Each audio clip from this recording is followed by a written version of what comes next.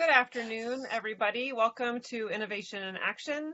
Would now like to welcome to the stage Blue Bridge to Classroom.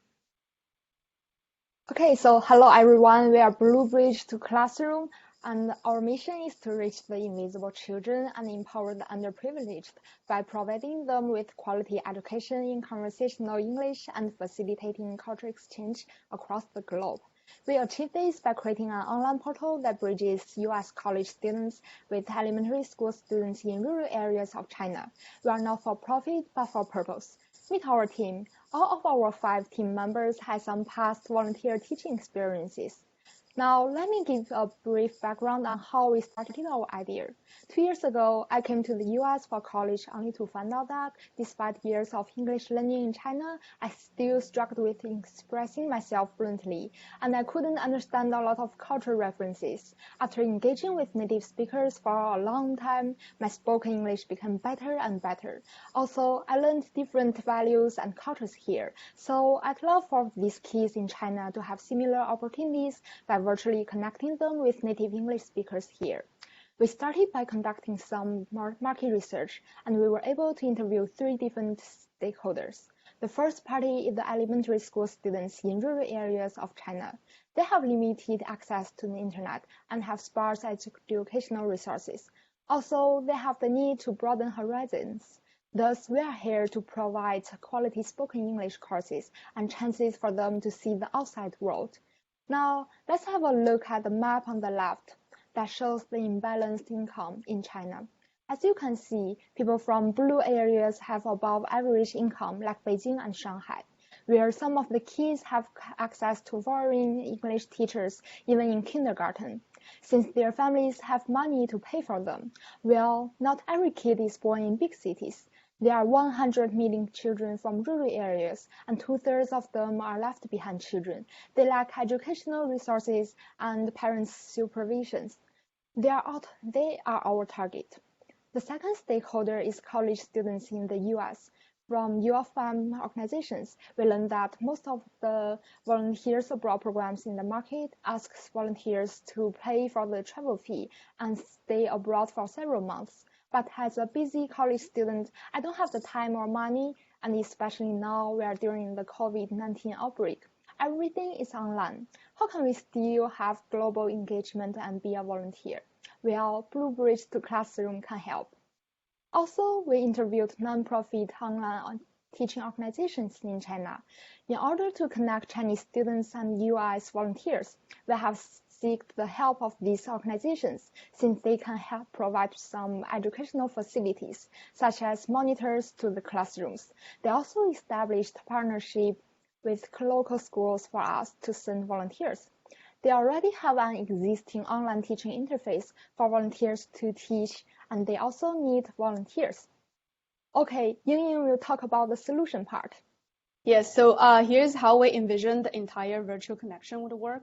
For example, my friend James, a college student here in the States who is interested in our program, would be able to connect with the kids from rural areas in China via internet through us, Blue Bridge, and our key partners, meaning those nonprofit online teaching organizations in China. So during a teaching session, there will be a facilitator on the US side with the volunteer and in the Chinese classroom with the kids to break down any language barriers if necessary. So we as a student organization here are essentially serving as a Blue Bridge role. Then the key question is, how are we going to recruit these volunteers and the key partners and bridge them?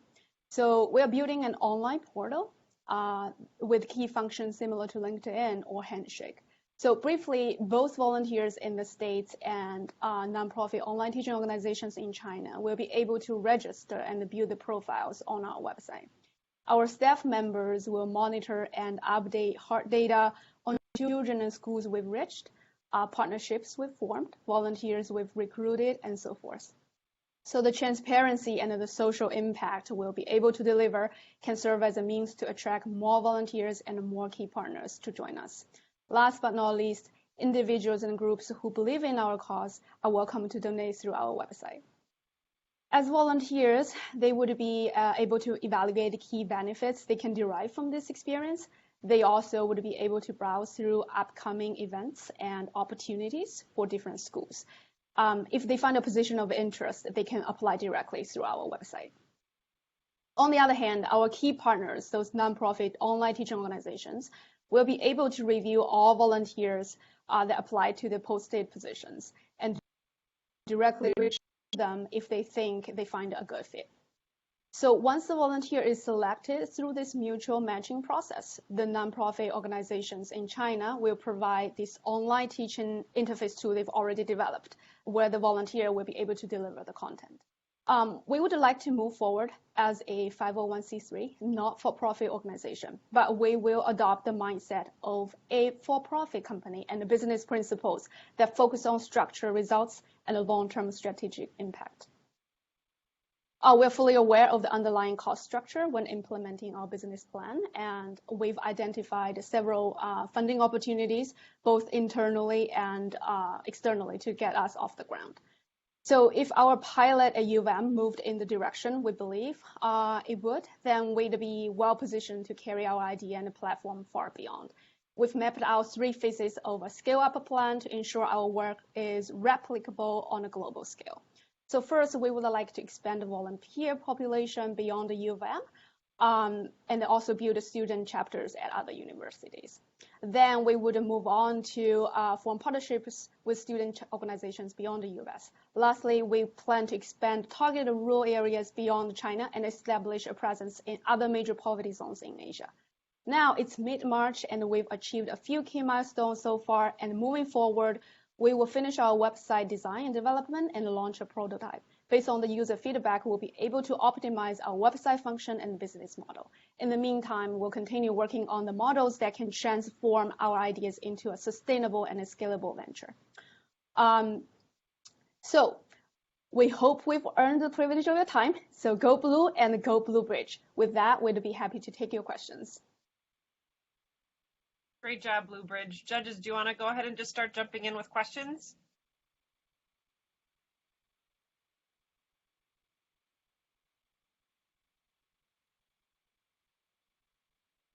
So for your overhead, we kind of skipped quickly over the business model canvas, but you did have that from a revenue perspective to at least pay for the staff that you would have.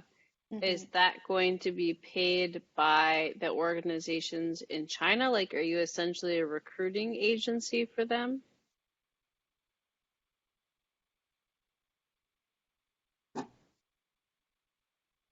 Yeah, so I can take that question. So we, yeah, I guess the fund is a little bit tiny. We apologize for that. So basically, we identified some organizations at U of M. We talked with several of them, for example, like English Language Institute. They are very excited to collaborate with us if we can come up with a solid business plan and apply, come up with a proposal and apply for the grant. And on the other hand, externally, so we identified a social innovation incubator, for example, Halcyon incubator. So they would be able to provide us with seed fund. And also we will also appeal to foundations like Bill and Melinda Gates Foundation, and also Opera's Angel Network, things like that. And also we are looking to appeal to corporate sponsorship, where we can market for them and sort of serve as a channel to promote their contribution to philanthropy effort. So yes, all these fundings together will be able to serve as a seed fund to pay for the underlying cost structure. Got it. Thank you. Mm-hmm.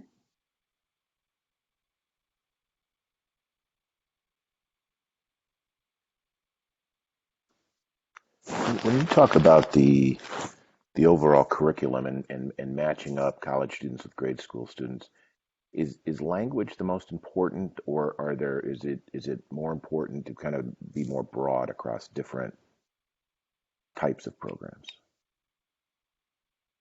Yes, so I think I thought about that like as one of the phase for our scale up plan, like further down the road. I think we would like to start with language, with the cultural component woven into the curriculum. But then moving forward, I think we will be able to expand on topics like maybe with a focus on like a STEM Mm-hmm.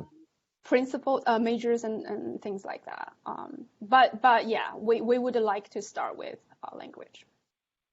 One of the things that strikes me is when you talk about, cultural exchange, it's not only giving awareness to the grade school kids to, the culture in the United States and the college students, but it's also giving those college students cultural Yeah. awareness of what's going on with those kids. So is it, it's a two-way street. And when I would encourage you when you're measuring performance or figuring out a way to measure performance, measure both those sides because I think there's an impact on both sides. Yeah, that's a very good point.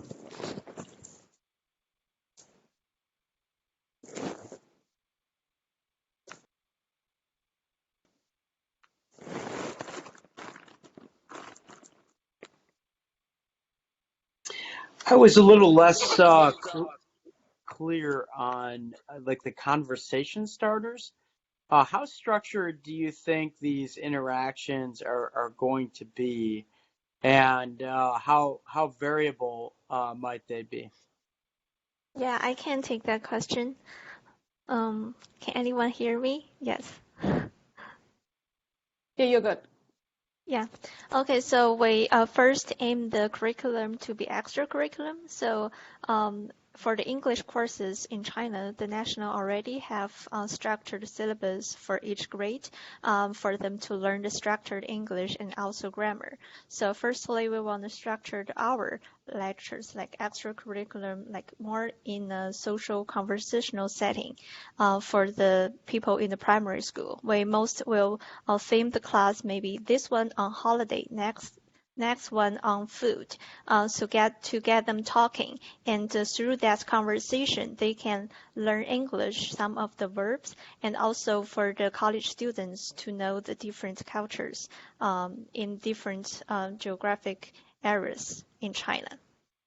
So that is our starting imagination of the class. Thanks. All right. Then with that, we would like to thank Blue Bridge to Classroom for joining us this afternoon, and we will see you all again at 3:30. Judges, if you